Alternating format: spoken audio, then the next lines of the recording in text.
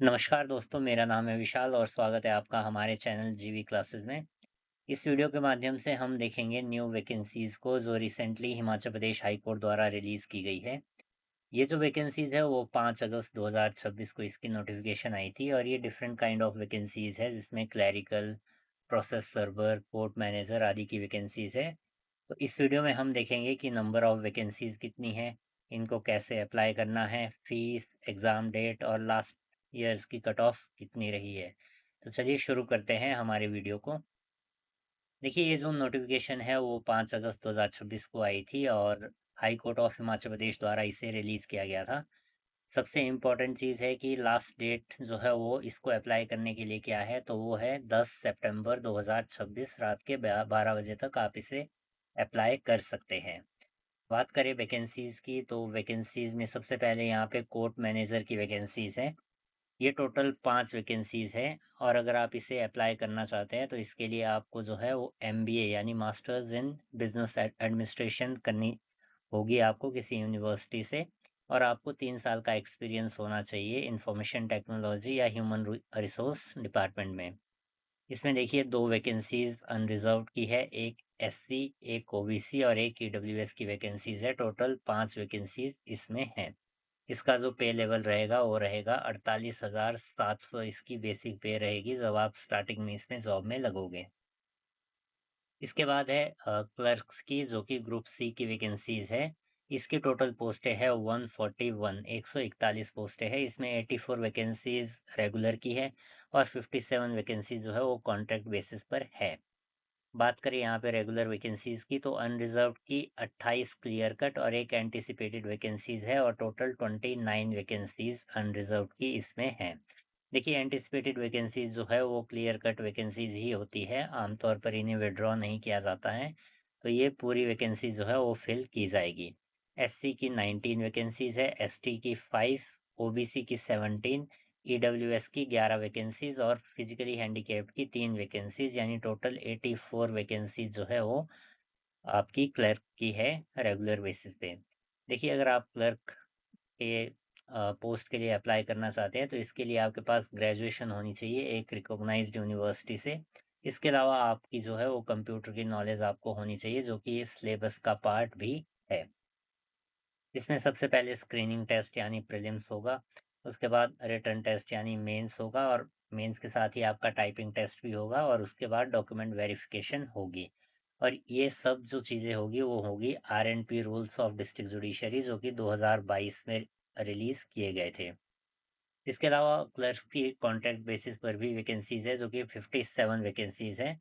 इसमें अनरिज़र्व्ड की 23 vacancy, SC की 13, एसटी की 4, ओबीसी की 11, ईडब्ल्यूएस की 4 और फिजिकली हैंडिकैप्ड की 2 है यानी टोटल 57 वैकेंसीज़ हैं। क्लर्क के बाद अगर हम बात करें तो क्लर्क में यहाँ पे आप एक चीज़ और देख सकते हैं कि इसमें आपको टाइपिंग टेस्ट जो है वो क्लियर करना अनिवार्य होता है। टाइपिंग टेस्ट की अगर हम बात करें तो आपको इंग्लिश में 30 वर्ड पर मिनट और हिंदी में आपका 25 वर्ड्स पर मिनट आपको टाइप करने होते हैं। हिंदी में आपको जो है वो कृतिदेव 10 जो फ़ॉन्ट होता है उस पर आपको टाइपिंग करनी होती है। तो जब भी आप प्रैक्टिस करें तो आप जो है वो कृतिदेव 10 फ़ॉन्ट पे ही अपनी टाइपिंग की प्रैक्टिस करें। क्लर्क्स के बाद अगर हम देखें तो यहाँ पे स्टेनोग्राफर ग्रेड 3 की वैकेंसीज़ है। इसमें टोटल 79 पोस्टें हैं, 48 रेगुलर है और 31 कॉन्ट्रैक्ट बेसिस पे हैं। इसमें जो पे लेवल रहेगा वो रहेगा 25,600 से 81,200। पे लेवल यहाँ पे अगर हम क्लर्क का पे लेवल देखें तो ये 20,200 से 64,000 रहेगा। यहाँ पे 20,200 का मतलब ये है कि आपकी जो स्टार्टिंग बेसिक सैलरी है वो होगी 20,200 जिसमें आपको जो है वो डीए वगैरह भी मिलेगा और डीए वगैरह मिलने के बाद जो टोटल सैलरी है वो लगभग 29 से 30,000 आपकी सैलरी फर्स्ट सैलरी आपकी होगी। यहाँ पे अगर हम देखें स्टेनोग्राफर में तो अनरिजर्व की जो है वो 15 वैकेंसीज है, एससी की 11, एसटी की 4, ओबीसी की 12, ईडब्ल्यूएस की 2 और फिजिकली हैंडिकैप्ड की 4 वैकेंसीज है रेगुलर में। और अगर हम कॉन्ट्रैक्ट बेसिस पर देखें तो यूआर की 11, एससी की 8, एसटी की 1, ओबीसी की 6, ईडब्ल्यूएस की 4 और फिजिकली हैंडिकैप्ड की 1 वैकेंसीज हैं। यहाँ पे आप देख सकते हैं कि स्टेनोग्राफी के लिए, ग्राफर के लिए आपको जो है ग्रेजुएशन होना अनिवार्य है एक रिकॉग्नाइज्ड यूनिवर्सिटी से। इसके अलावा इसमें स्क्रीनिंग टेस्ट होगा एज़ पर सिलेबस, और उसके बाद आपको स्टेनोग्राफी का टेस्ट देना होता है जिसमें 80 वर्ड्स पर मिनट आपको जो है वो टाइप करने होते हैं, वर्ड्स आपको टाइप करने होते हैं। इसके अलावा इसमें जो है वो टाइपिंग टेस्ट आपका होता है जिसमें 40 वर्ड्स पर मिनट आपको इंग्लिश में और 30 वर्ड्स पर मिनट आपको हिंदी में टाइप करने होते हैं कृतिदेव 10 फ़ॉन्ट में। देखिए, जो 80 वर्ड पर मिनट है ये आपकी स्टेनोग्राफी में जो आप लिखते हैं वो आपकी स्पीड 80 वर्ड्स पर मिनट की होनी चाहिए। इसके अलावा जो टाइपिंग टेस्ट होती है उसमें 10% जो मिस्टेक्स है वो अ, आपकी जो स्टेनोग्राफी की आप शॉर्ट हैंड आप टाइप करते हो उसमें 10% जो मिस्टेक्स है वो आपको अलाउड होती हैं। यहाँ पे ड्राइवर की वैकेंसीज की अगर हम बात करें, टोटल 9 पोस्टें हैं जिसमें 4 रेगुलर और 5 डेली बेसिस पर हैं। यूआर की 2, एससी की 1 और ओबीसी की 1 वैकेंसी रेगुलर में है। डेली बेसिस पे जो है वो 4 वैकेंसी यूआर की और 1 वैकेंसी ओबीसी की आपको देखने को मिल जाएगी। ड्राइवर की पोस्ट के लिए आपको जो है वो मैट्रिकुलेशन यानी 10th पास होना अनिवार्य है, और 10th पास होने के साथ-साथ आपका एक वैलिड ड्राइविंग लाइसेंस होना चाहिए लाइट मोटर व्हीकल के लिए, ठीक है? और ये 3 साल जो है वो 3 साल का एक्सपीरियंस होना चाहिए, 3 साल पहले का लाइसेंस आपका होना चाहिए। और बाकी के जो रूल्स हैं वो आपके आरएनपी रूल्स 2022 में जो रिलीज़ हुए थे उसके अंतर्गत आपके अ, जो है वो चलेंगे। इसमें आपका स्क्रीनिंग टेस्ट होगा और प्रोफिशिएंसी टेस्ट होगा ड्राइविंग का, उसके बाद डॉक्यूमेंट वेरिफिकेशन होगी। इसके अलावा एक वैकेंसी है प्रोसेस सर्वर की। देखिए, प्रोसेस सर्वर का जो काम है वो समन्स को सर्व करवाना होता है। तो इसकी जो है वो टोटल 65 वैकेंसीज़ है जिसमें 61 रेगुलर और 1 कॉन्ट्रैक्ट और 3 डेली बेसिस पर वैकेंसीज़ हैं। इसमें आपका जो पे लेवल है वो स्टार्टिंग में 18,000 रहेगा, यानी आपकी जो शुरुआती सैलरी होगी वो आपकी लगभग 26 से 27,000 रुपए के आसपास रहेगी। इसमें आपका, अगर हम सिलेबस की बात करें तो इसमें आपका एक स्क्रीनिंग टेस्ट होगा, एक रिटन टेस्ट होगा और इसके अलावा इसमें इवैल्यूएशन होगी। कोई टाइपिंग टेस्ट इसमें आपको नहीं देना है। इसमें आपकी यूआर की जो वैकेंसीज़ है वो है 26, एससी की वैकेंसीज़ है 15, एसटी की है 2, ओबीसी की है 9 और ईडब्ल्यूएस की 9 वैकेंसीज़ है। टोटल 61 आपकी रेगुलर वैकेंसीज़ हैं। कॉन्ट्रैक्ट पे 1 वैकेंसीज़ है जो कि अनरिज़र्व्ड की है। इसके अलावा डेली बेसिस पे यानी आपको जो है वो हर दिन के हिसाब से पैसे मिलते हैं। तो उसमें यूआर की 2 वैकेंसीज़ है, एससी की 1 वैकेंसी है। इसके बाद जो है वो पीएन की कुछ वैकेंसीज़ है। यहाँ पे जो पीएन की पोस्ट है उसमें पीएन कम ऑर्डरली कम चौकीदार, सफाई कर्मचारी, चौकीदार कम सफाई कर्मचारी आदि पोस्ट है। मतलब कि यहाँ पे जैसा लिखा भी गया है कि candidate can be posted either of the applied post by the appointing authority. मतलब कि अगर आप इस पोस्ट के लिए अप्लाई करते हो तो इनमें से आप किसी भी पोस्ट पर काम करने के लिए बाध्य होंगे। इनमें से किसी भी पोस्ट पर आपको काम करना होगा। इसमें टोटल जो है 89 वैकेंसीज़ है जिसमें रेगुलर 69 है और डेली बेसिस पर 20 वैकेंसीज़ है। अनरिज़र्व्ड की 29, एससी की 14 वैकेंसीज़, एसटी की 2, ओबीसी की 11, ईडब्ल्यूएस की 8 और फिजिकली हैंडिकैप्ड की 5 वैकेंसीज़, यानी टोटल 69 वैकेंसीज़ आपको पीएन की देखने को मिलेगी। डेली वेजेस में अनरिज़र्व्ड की 8, एससी की 4, एसटी की कोई सीट नहीं है, ओबीसी की 6, ईडब्ल्यूएस की 1 और फिजिकली हैंडिकैप्ड की 1 सीट आपको, यानी टोटल 20 सीट्स आपको देखने को मिलेगी। इसके अलावा पीएन की अगर हम बात करें तो इसमें आपको +2 पास होना आपका अनिवार्य है और बाकी जो कैंडिडेट्स हैं वो शॉर्टलिस्ट किए जाएँगे 1:3, यानी जितनी पोस्टें हैं उस पर 3 जो व्यक्ति हैं उनको बुलाया जाएगा और 3 व्यक्तियों को शॉर्टलिस्ट किया जाएगा एज़ पर आरएनपी रूल जो 2022 में रिलीज़ हुए थे।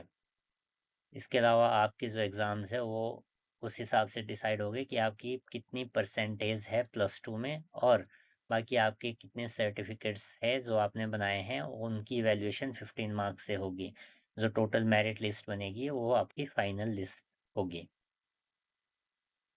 इसके अलावा यहाँ पे आप अगर आरएनपी रूल्स जो 2022 में रिलीज़ किए गए थे डिस्ट्रिक्ट जुडिशरी के, उनको पढ़ना चाहते हैं तो आप इस लिंक पर जो यहाँ पे नंबर 1 पर लिंक दिया गया है, इस पे जाके आप डाउनलोड कर सकते हैं। इसके अलावा लास्ट डेट की अगर हम बात करें तो लास्ट डेट फिर से 10 सितंबर 2026 आपकी लास्ट डेट रहेगी, तो तब तक आप जो है उससे पहले ही अपना फॉर्म जो है वो फिलअप कर ले। इसके अलावा इम्पोर्टेंट जो चीज़ है वो है फ़ीस। देखिए फ़ीस जो रहेगी वो अनरिज़र्व्ड कैटेगरी से अगर आप बिलॉन्ग करते हैं तो 450 रुपये आपकी इंक्लूडिंग जीएसटी फ़ीस रहेगी।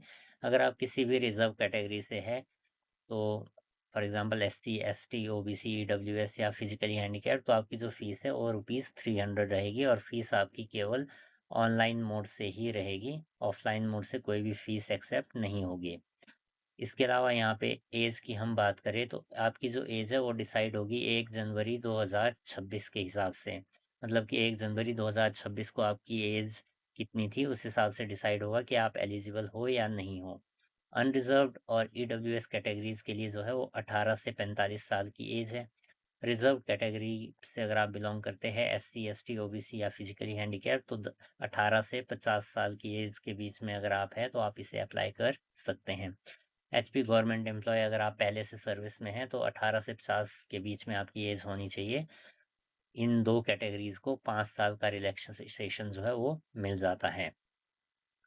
इसके अलावा अगर हम बात करें, अगर आपने कोई भी कैटेगरी आपने फिलअप करी है तो आप कोई भी कैटेगरी जो है वो बड़े ध्यान से फिलअप करें, क्योंकि बाद में जो चेंज करना है वो इसमें साफ साफ लिखा गया है कि आपकी जो कैटेगरी है एक बार आपने क्लेम कर ली तो आप उससे जो है वो चेंज नहीं कर सकते हैं।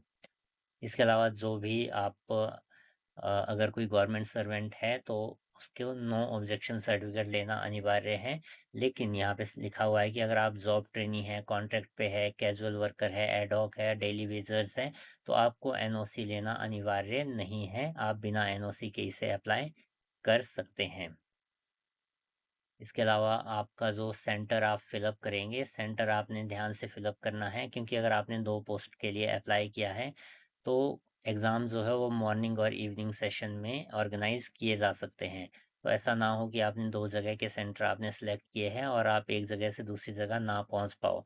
तो आप जो है वो साथ में ही एग्ज़ाम सेंटर जो है वो आप सिलेक्ट करें, ताकि अगर सुबह और शाम आपके 2 एग्ज़ाम हो तो आप उन दोनों को अटेंड कर सको।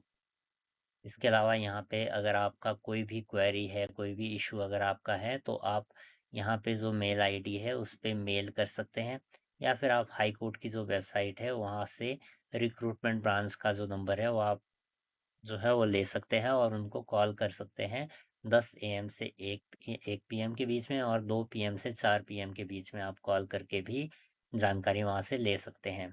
इसके अलावा जब आप अपने डॉक्यूमेंट्स या फ़ोटोज़ अपलोड कर रहे हो तो उन चीज़ों का भी आप ध्यान रख सकते हैं।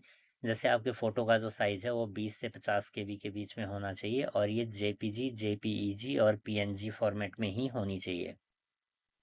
टाइम की बात करें तो ये 10 से 20 केबी के बीच में होनी चाहिए। मैट्रिक सर्टिफिकेट जो आपका एज प्रूफ भी माना जाएगा, वो आपका 100 से 500 केबी के बीच में होना चाहिए। ID proof, Aadhaar, driving licence, passport, voter ID card जो भी है आपके पास, 100 से 500 केबी का उसका साइज होना चाहिए। इसके अलावा कोई भी और सर्टिफिकेट है वो 100 केबी से 2 एमबी के बीच में उसका साइज होना चाहिए, और ये केवल पीडीएफ फॉर्मेट में होना चाहिए। इसके अलावा आपको यहाँ पे जो साइट दी गई है इस पर जाकर आप फ्रीक्वेंटली आस्क्ड क्वेश्चन भी चेकआउट कर सकते हैं। इसके अलावा जब भी कोई आप सर्टिफिकेट बनाना चाहे तो यहाँ पे आप एक बार इसको गो थ्रू कर ले। अगर आप backward area, panchayat, landless family या फिर फैमिली हैविंग लेस देन 1 एकड़ लैंड, नॉन एम्प्लॉयमेंट या इनकम सर्टिफिकेट बनाना चाहते हैं तो वो आपका बनेगा एसटीओ यानी एसटीएम साहब, तहसीलदार या नायब तहसीलदार से ही बनेगा। तो यहाँ पे इशूइंग अथॉरिटीज़ दी गई है कि किन अथॉरिटी से आप ये सर्टिफिकेट इशू करवा सकते हैं। अगर आपके पास बीपीएल का, वीडो का सर्टिफिकेट है तो आपको वीडियो से आप इशू करवा सकते हैं।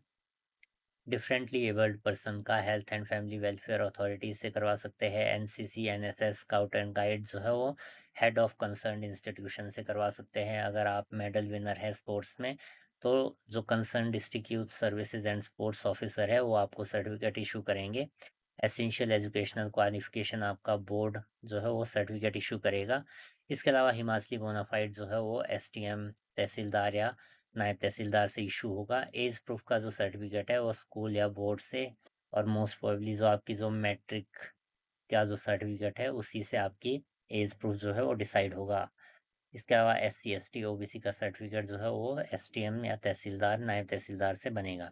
एक्सपीरियंस का जो सर्टिफिकेट है वो RNP रूल्स में जिस हिसाब से दिया गया है उस हिसाब से आपका बनाना अनिवार्य है और वो कॉम्पिटेंट अथॉरिटी द्वारा साइन होना भी अनिवार्य है। तो ये थी पूरी नोटिफिकेशन जिसे हमने डिटेल में डिस्कस किया है। लेकिन इसके अलावा भी अगर आपका कोई क्वेश्चन रह जाए तो आप कमेंट सेक्शन में जो है वो ज़रूर पूछ सकते हैं। बस आप लास्ट डेट जो है वो ध्यान रखें 10 सितंबर 2026, उससे पहले ही आप अपना जो फॉर्म है वो फिलअप कर लें। इसके अलावा अगर हम बात करें कि पुराने जो एग्ज़ाम हुए थे तो पुराने एग्ज़ाम में किस तरीके की कट ऑफ रही थी तो उसके बारे में अगर हम डिस्कस करें तो अ, जब RNP रूल्स 2022 में आए थे तो सबसे पहले 2022 में ही एग्ज़ाम हुआ था। उस टाइम पे जो प्रीलिम्स का एग्ज़ाम हुआ था वो काफ़ी जल्दी हुआ था, लगभग 1-2 महीने में ही हो गया था। तो उसमें जो जनरल की कट ऑफ रही थी वो 68 रही थी, SC की 63 रही थी, ST की 65, OBC की 63, EWS की 66 और फिजिकली हैंडीकैप्ड की 46 रही थी। हालाँकि जो पोस्टें भी है वो लगभग 210 के आसपास थी। इसीलिए जो कट ऑफ है वो थोड़ी कम रही थी। इसके अलावा 2025 में जो एग्ज़ाम हुआ था प्रीलिम्स का उसमें कट ऑफ काफ़ी हाई रही थी, क्योंकि उसमें जो पोस्टें हैं वो लगभग 64 के आसपास थी। क्लर्क की हम यहाँ पे बात कर रहे हैं, जो क्लर्क्स की जो पोस्ट है उसकी हम बात यहाँ पे कर रहे हैं। तो उसमें जनरल कैटेगरी में 87 की कट ऑफ रही थी, SC में 84, ST की 85, OBC की 84, EWS की 88 और फिजिकली हैंडीकैप्ड की 70 जो कट ऑफ है वो रही थी। इनके जो रिज़ल्ट है वो 1/9/25 को जो है वो डिक्लेयर किया गया था। 6 जुलाई 2025 को इसका एग्ज़ाम हुआ था और इसका रिज़ल्ट जो है 3/1/23 को डिसाइड किया गया था। इसका एग्ज़ाम 18/12/2022 को हुआ था। बात करें इस साल जो एग्ज़ाम है वो कब तक हो सकता है, तो देखिए अभी 1 महीना फॉर्म फिल अप करने में लगेगा और मोस्ट प्रोबेबली आपका जो एग्ज़ाम है वो अक्टूबर में आराम से हो जाएगा। तो आप अक्टूबर को जो है वो अपनी डेडलाइन मानकर आप तैयारी शुरू कर सकते हैं। और अगर इसके अलावा कोई भी आपको इन्फॉर्मेशन जाननी हो तो उसके लिए आप हमें जो है वो कमेंट सेक्शन में इसके रिगार्डिंग बता सकते हैं। आई थिंक आपको आई होप वीडियो आपके लिए जो है वो काफ़ी हेल्पफुल रहा होगा। अगर वीडियो आपको अच्छा लगे तो आप चैनल को जो है वो सब्सक्राइब करें, शेयर करें और जो है वो लाइक करें। Thank you so much and have a great day ahead.